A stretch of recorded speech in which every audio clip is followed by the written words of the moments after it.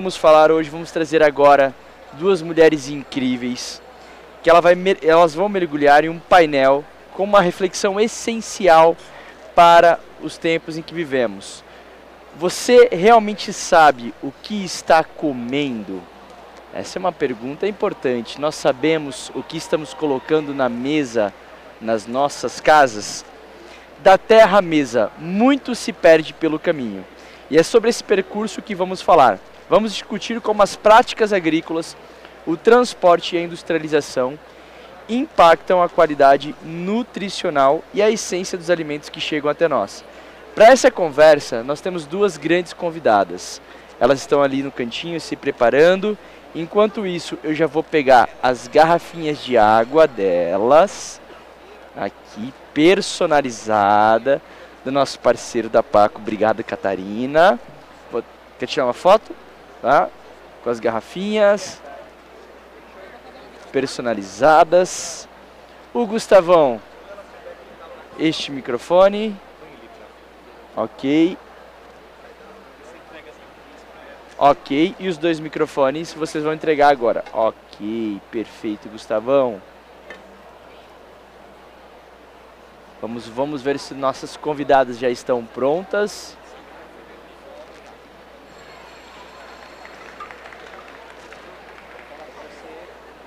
Então, pessoal, com o tema da palestra de hoje, você não sabe o que está comendo, da terra à mesa, o que perdemos no caminho, eu gostaria de convidar as fundadoras da Povolab, Ana Maria Diniz e Gabi Marques. Eu gostaria de pedir uma salva de aplausos para elas. Sejam muito bem-vindas, Ana Maria e Gabi, ao palco da Naturaltech. Fique à vontade, o palco é de vocês. Tá? Vocês têm aqui personalizado uma garrafinha de água, essa é da Gabi. Olha que chique isso, gente. Essa é da Ana Maria Diniz. Muito obrigada. Aqui já tem água filtrada aqui da feira, super bacana para vocês se hidratarem durante a apresentação. Fiquem à vontade, o palco é de vocês. Muito obrigada. Esse é o passador de slide aqui. Ah, excelente. Ok? Eu vou pegar mais. Vocês querem ficar sentado ou em pé? Não, em pé. Em pé. Acho, Em pé? Né? Em pé tá ótimo. Então fiquem à vontade, vocês estão em casa. É melhor, muito bom. Vi que o público ficou um pouco espalhado aqui, ó. A gente tá todo mundo time da direita aqui quando o palco fica aí em 180. Vamos fazer o seguinte, Ana, eu vou passando os slides e a gente vai combinando o nosso jogo que funciona sempre, né? Bora lá? Muito bom. Vocês estão me ouvindo aí, gente? Pessoal que tá de fone?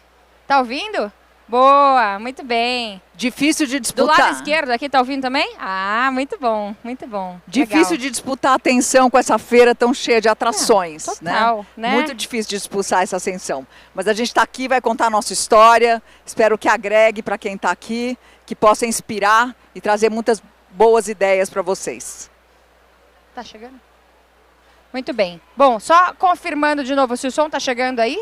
Tá? Tá. Então tá bom. Pessoal, bom, bem-vindos. Ana, Gabi, a gente está aqui para falar um pouquinho de Povolab e desse desafio, né? Da terra à mesa, o que a gente perde no caminho. Acho que a primeira provocação que a gente quer trazer para vocês é sobre o que a gente está ingerindo. A gente ficou bem chocado com esse número, né, Ana? Ficamos muito chocados com esse número. Só 25% dos brasileiros hoje, dos consumidores, conseguem entender o que eles conseguem traduzir nos rótulos dos alimentos. Então, cada vez mais a gente vê as pessoas parando, né, no corredor do supermercado, falando, será que isso aqui é saudável, não é? E essa pesquisa do Instituto Brasileiro de Defesa do Consumidor entregou esse número. Só 1 em cada 4 brasileiros que sabem, primeiro, ler o rótulo e, segundo, para que serve cada um desses nutrientes, né? Exatamente.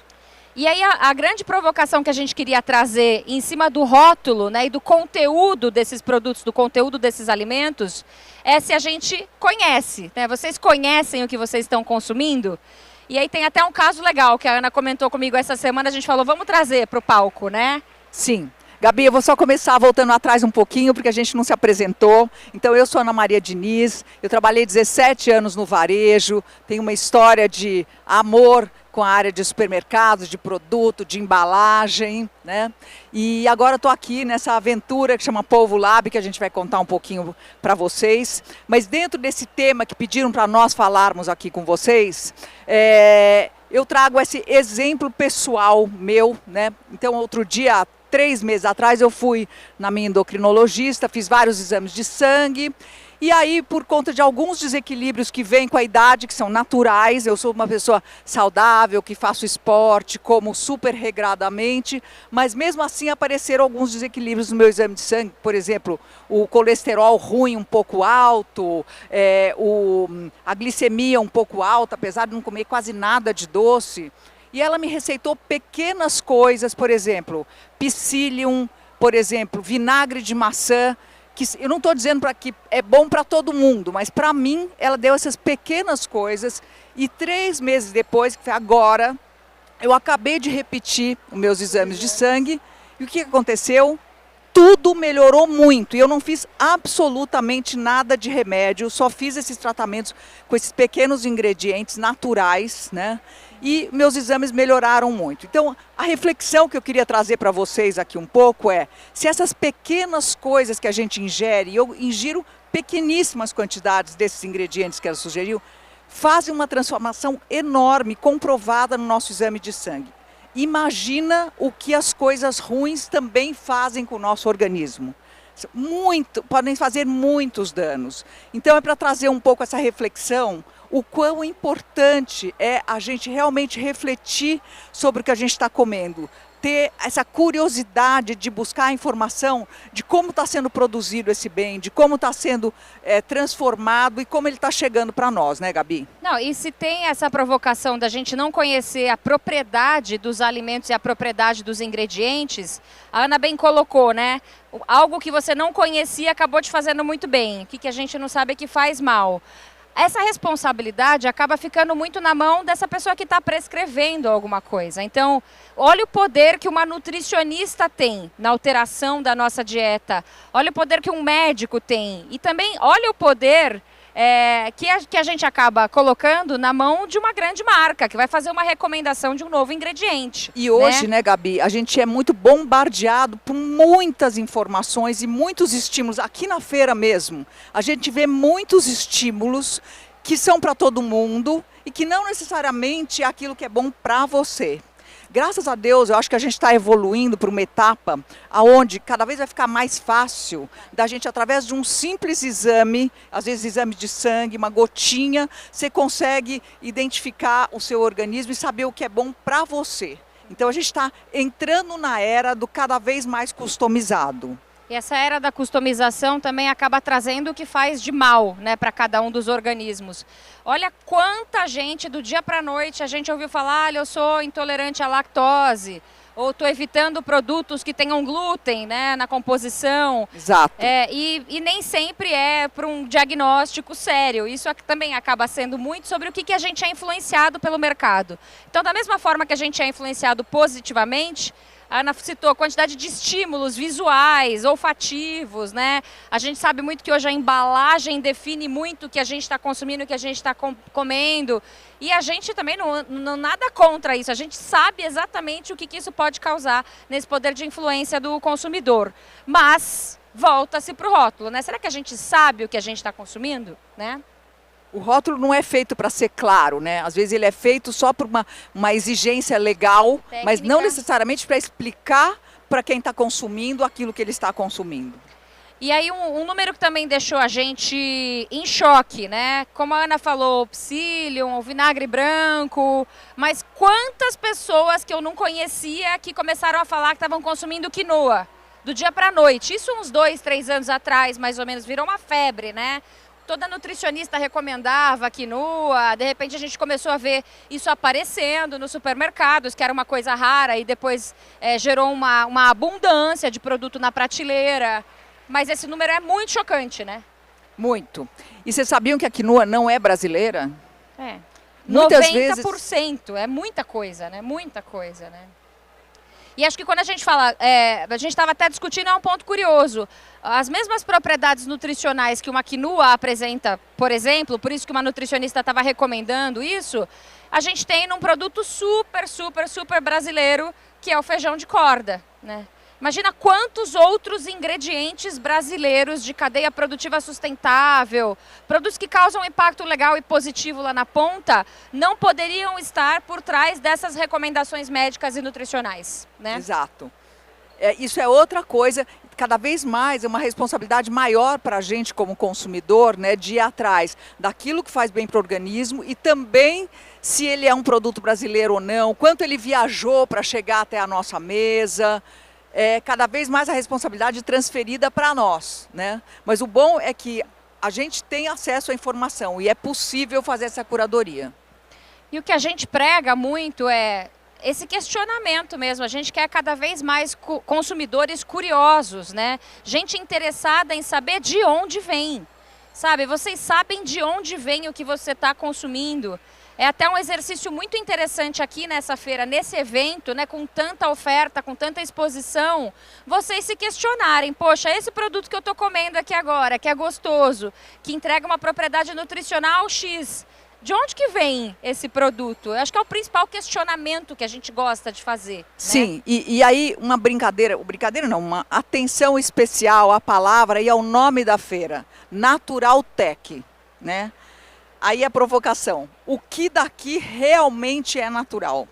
Tem muita coisa que é natural e muita coisa que não é natural, né? É outra coisa que a gente pode pesquisar também e é possível saber, né? A qualidade do que a gente consome, isso é comprovado por pesquisa científica de que quanto mais natural o produto mais bem ele faz para o nosso organismo. Isso é realmente uma comprovação.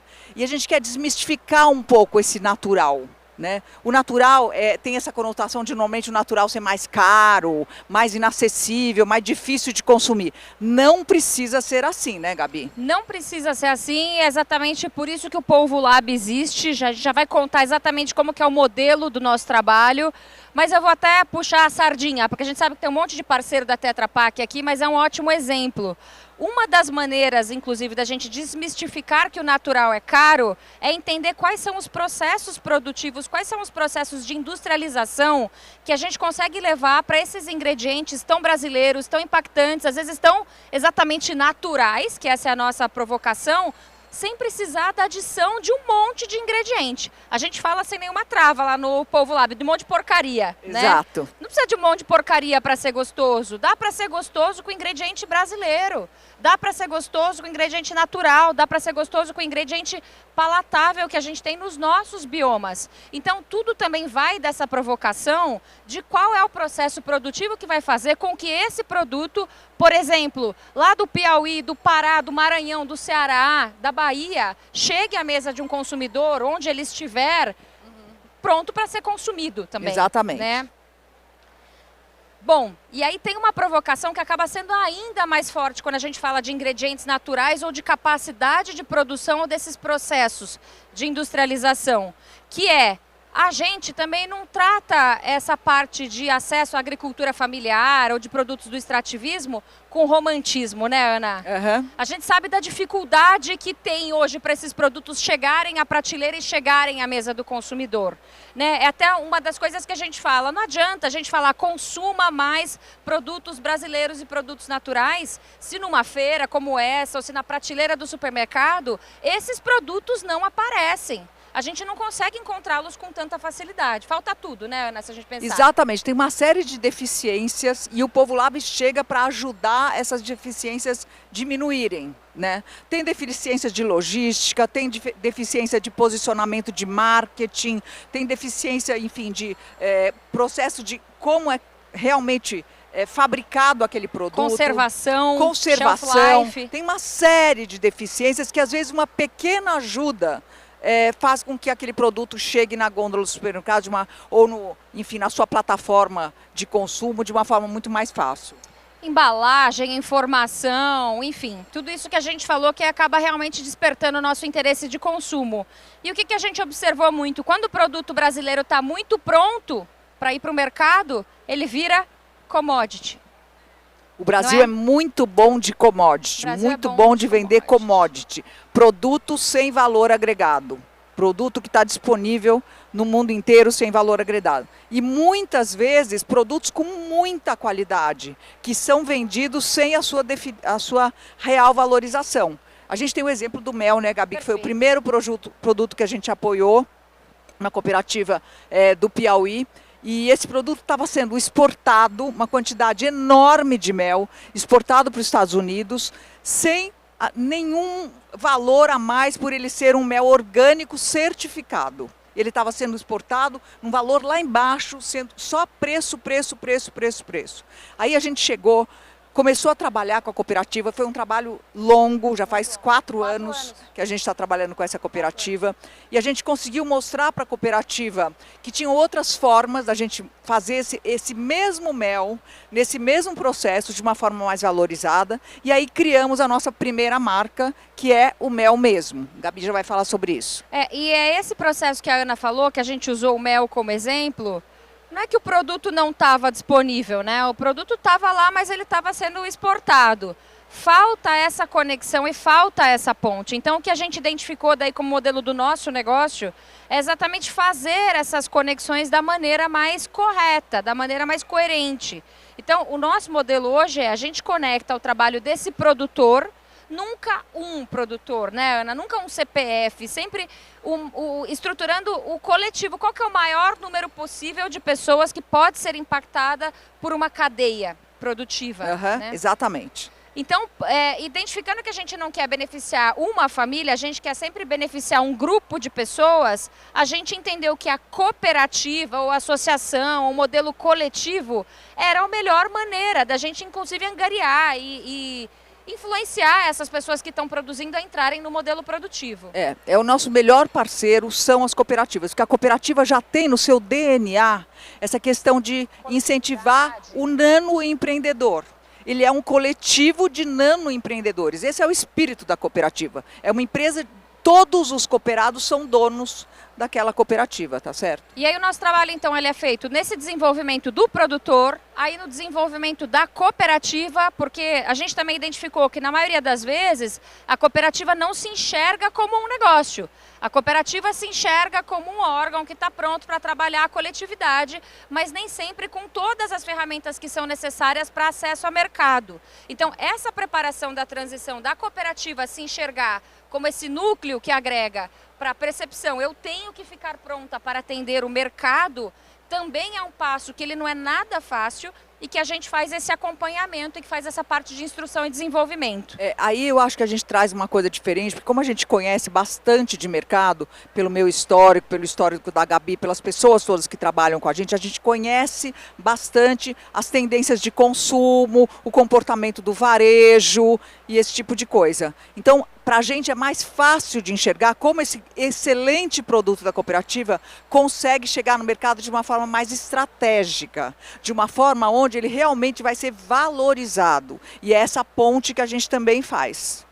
E essa preparação para o mercado, que é essa ponte, de novo, não olhando para a cooperativa com uma ótica romântica, e sim com uma ótica de, olha, a gente reconhece o potencial, a gente reconhece as possibilidades que vocês têm de acesso ao mercado, é dessa forma que a gente prepara o produto para o consumidor. Então, quando a gente fala de acesso ao mercado, não é só o produto empacotado que vai para a prateleira do supermercado. A gente está falando, sim, de preparar o produto para a indústria, preparar a cadeia produtiva e organizar para que não tenha quebra, para que tenha padronização, para que tenha controle de qualidade, para que tenha segurança. Então, quando a gente fala não tem disponibilidade de produto natural, né? Por isso que a gente vê tanta coisa que não necessariamente é natural, não é verdade. Mas é verdade que muito produto natural ainda não está pronto para entrar nesse formato de produto que a gente quer consumir, no final das contas. Exato. Né? Eu estou vendo que a gente ainda tem 18 minutos, eu acho que dá tempo de contar uma pequena história que acho que vai valer a pena. Quando eu trabalhei no Pão de Açúcar, eu criei lá no Pão de Açúcar uma coisa que chamava Caras do Brasil. O que era isso? Tem gente aqui que já até teve interação. Então, o Caras do Brasil era um programa que já tinha essa ideia, que eu já acreditava nisso, que o Brasil tem muitas vocações para produtos incríveis, de altíssima qualidade. Só que os produtos não chegavam na gôndola do supermercado. Então, o que o Caras do Brasil fazia? avaliava, encontrava esses produtos e levava para a gôndola, né?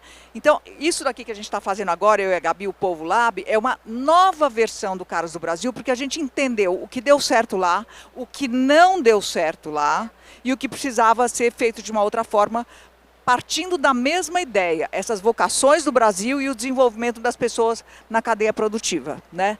Então, o que não deu certo? Lá, a gente, por não trabalhar na produção desses produtos, não ajudar na produção com assistência técnica, esse tipo de coisa, não tinha padrão. Então, o que chegava na gôndola do Pão de Açúcar, uma vez era um produto, um mel amarelo, depois era um mel muito mais escuro, depois, entendeu? Variava muito o padrão de produto, né? E então, a quebra de fornecimento também, tinha quebra de fornecimento, mês, atendia 2 meses, depois não atendia 3 meses, e o consumidor não quer ser fiel a um produto que uma hora existe, outra hora não existe, né? Então a gente, agora entendendo um pouco tudo isso, a gente vem com essa parte forte de assistência técnica também para os produtos que a gente está se associando, para ter essa garantia de padrão, de fornecimento e esse desenvolvimento das pessoas na ponta. Ah, só mais uma coisa, que também é um aprendizado do Caras do Brasil. A gente só se associa no Polvo Lab, que a gente já vai contar para vocês um pouco mais do que é, produtos que sejam escaláveis, produtos que as pessoas consumam no seu dia a dia. Então a gente não vai colocar, por exemplo, uma toalha maravilhosa que é feita lá no Ceará, linda, que você compra uma vez na vida e daqui a 30 anos depois de novo. A gente quer produtos que sejam consumidos no dia a dia ou semanalmente na mesa do brasileiro. Isso é muito importante. Para quê? Para garantir exatamente a sustentabilidade de quem está produzindo. É a garantia de renda, essa questão da recorrência. E esse ponto que a Ana falou, né? A gente é muito fã do artesanato, mas a gente não trabalha com artesanato, a gente trabalha com artesanal. Tem muitos dos processos produtivos dessas cadeias que a gente está trabalhando que ainda tem processos super artesanais, né? Quem não conhece babaçu aqui ainda? Quem conhece babaçu aqui? Levanta a mão. Ai, que bom ver conhecedoras de babaçu, conhecedores de babaçu aqui. Daqui a pouco vocês vão ouvir falar muito de babaçu. Mas olha um ponto, babaçu ainda tem um processo super artesanal, né? Não significa que para a gente escalar um produto, necessariamente eu tenho que trabalhar com processo de mecanização ou de industrialização exatamente lá na ponta. Tem outros momentos nessa cadeia produtiva onde vale a pena a gente colocar mais tecnologia e colocar mais inovação. É possível trabalhar o babaçu, ou trabalhar o licuri, ou trabalhar o mel, o mel orgânico, ou trabalhar o milho não transgênico, de forma que valorize muito o produtor rural. É isso que a gente valoriza muito, esse trabalho, essa lida, que a gente sabe que é difícil e que precisa ser mais valorizada. E a gente consegue levar esses produtos com mais valor agregado para o consumidor, né?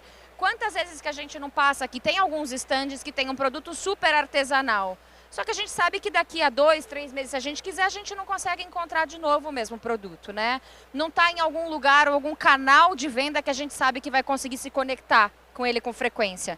Então, o nosso grande diferencial é exatamente fazer essa conexão toda, né, Ana? A rede toda que a gente fala, né? Não é só um processo. Exatamente, é fazer todas essas etapas e, por fim, o consumidor. É também ajudar esse consumidor, vocês, o consumidor em geral, a partir da comunicação, a trazer mais informação sobre os produtos, não só os nossos produtos, mas as informações em geral de tendências de produtos e ajudar nessa questão do consumo consciente. Então esse também é o nosso papel do Polvo Lab. Exato. Então, o que a gente começou fazendo? Hoje a gente já tem um mini portfólio de produtos, a gente trabalha diretamente com 9 cooperativas de cadeias produtivas diferentes. A gente criou uma linha de produtos com a nossa marca, que é a marca Mesmo, e que é uma marca que a gente cede para as cooperativas. Então, Polvo Lab não compra produto de cooperativa, o Polvo Lab não é um distribuidor. A gente é esse ente que faz toda a cadeia, como a gente acabou de falar. Conta um pouco da marca Mesmo, por que é mel mesmo, por que é tapioca mesmo? A ideia do Mesmo surgiu para mostrar que é de verdade, né? A gente começou com o mel mesmo, então mostrando que porque o mel é o terceiro produto mais adulterado do mundo. O consumo de mel no mundo, a demanda por mel no mundo é muito maior do que a capacidade de produção. Principalmente por causa das monoculturas que estão acabando com o voo das abelhas, porque elas têm que voar áreas muito maiores para conseguir produzir o mel, né? Então, hoje o mel é muito adulterado. Um mel bom como esse nosso da Comap, que é o mel mesmo, ele é muitas vezes usado como base para outras coisas que são adicionadas para ser vendido como mel, coisas que não é mel puro, né? Então isso acontece demais, demais. Então a marca mesmo veio para fazer um advocacy, de mostrar que a marca é de verdade, que o produtor é de verdade, que tem origem e quem está produzindo é gente de verdade. E que tem uma garantia de curadoria. Então, se você vê que é castanha mesmo, é castanha mesmo, não tem nada adicionado ali que não faça bem para o nosso organismo. Se é tapioca mesmo, a gente vai garantir que é a tapioca mesmo. Enfim, então a gente acabou criando essa força, né, de uma marca que se conecte com o consumidor para que outras cooperativas acabem aproveitando, né, desse movimento mesmo de mercado.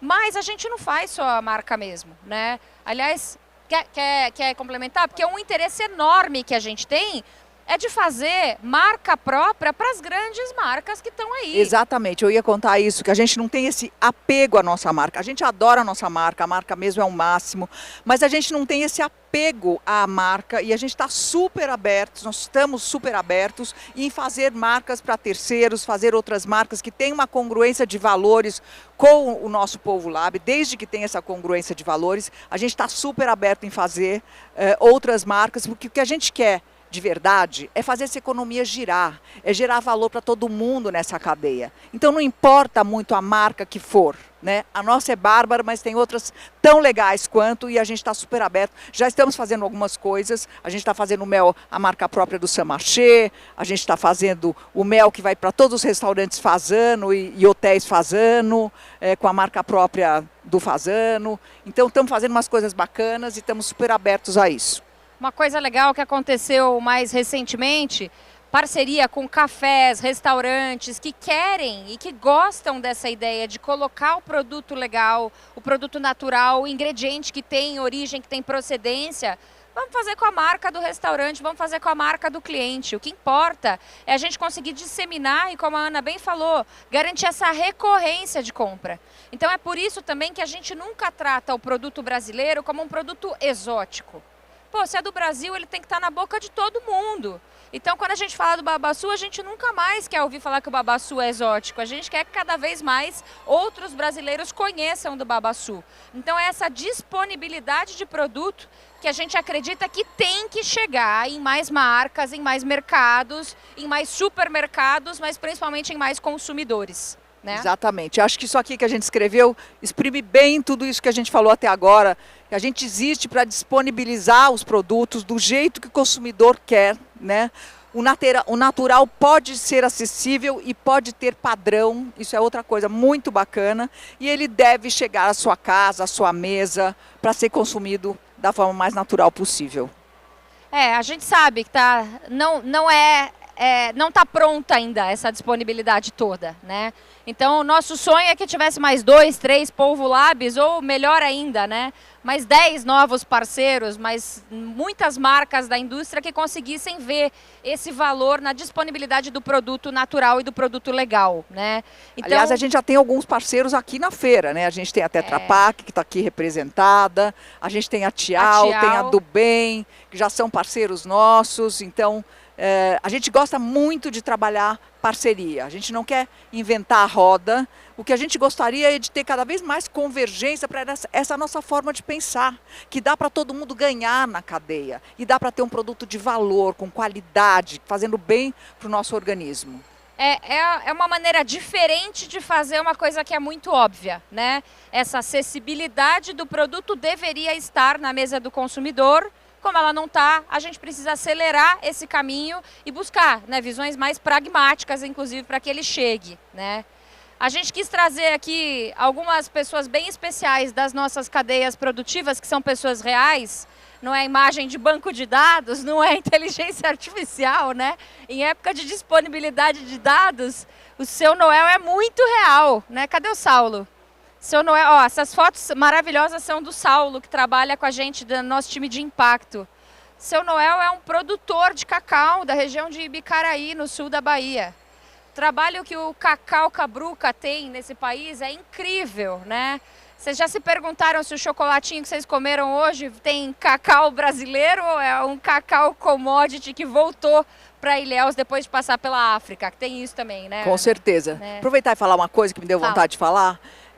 Falando do Seu Noel, da cadeia do cacau. O cacau é um produto que é muito commodity brasileiro, né? A gente não conseguiu ainda fazer um chocolate valorizado. Agora chegou a Dengo aí, tem um chocolate mais sexy que é a Dengo e tudo isso, mas é muito um começo. E o cacau está num ciclo muito positivo, porque tem uma quebra do cacau da África, então o cacau brasileiro é muito mais... Né?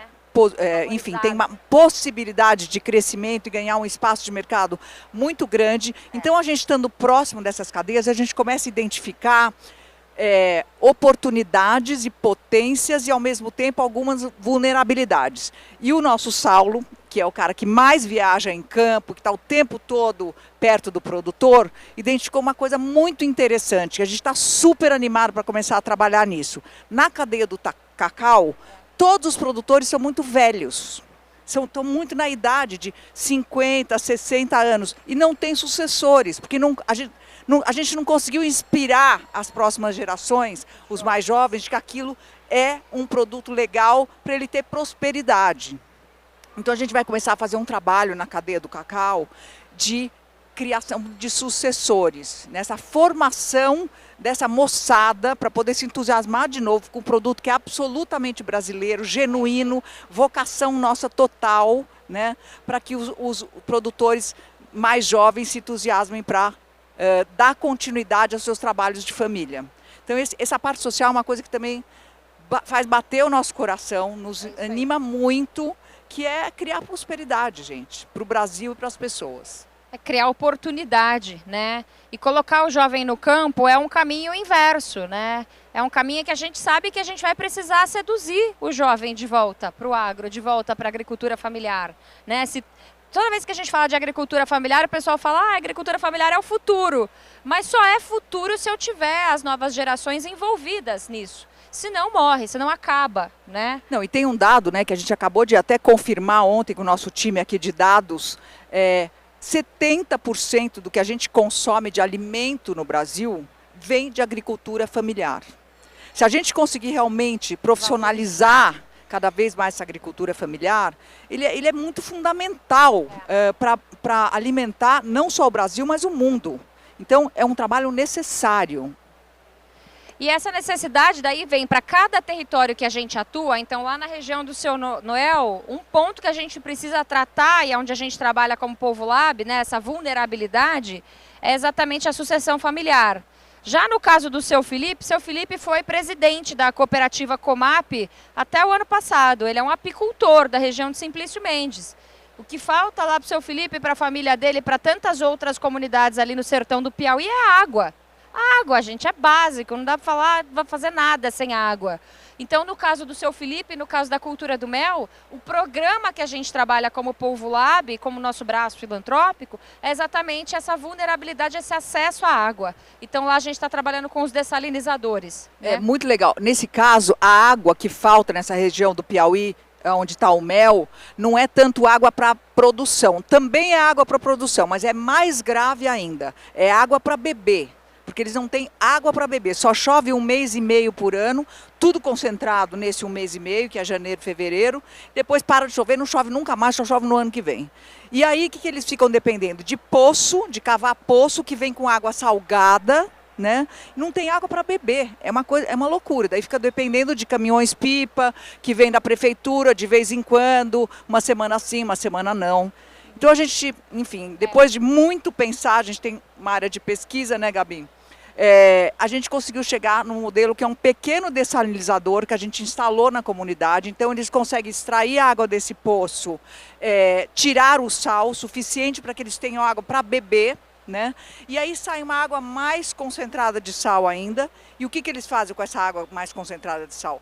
Criam peixes, um tipo de peixe que precisa de uma água mais salgada. O que acontece? Tem também uma proteína, além de ter água pura para beber, eles têm uma proteína também para consumir. Então, esses programas, o Povo Lab também ajuda a identificar as vulnerabilidades e tentar trazer soluções O inovadoras. que ameniza um problema muito sério que a gente vê na agricultura familiar, né, que é um paradoxo de insegurança alimentar.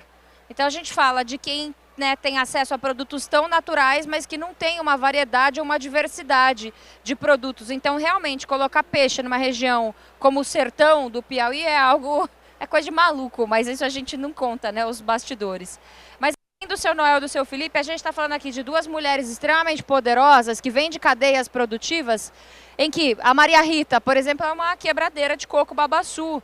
São outras vulnerabilidades que o babaçu apresenta, né? O que a gente tem que trabalhar ali na cadeia do babaçu, nesse movimento das quebradeiras, é a ergonomia, é a saúde da mulher, é violência doméstica, é proteção da mulher. Ela é a protagonista de uma cadeia produtiva como o babaçu.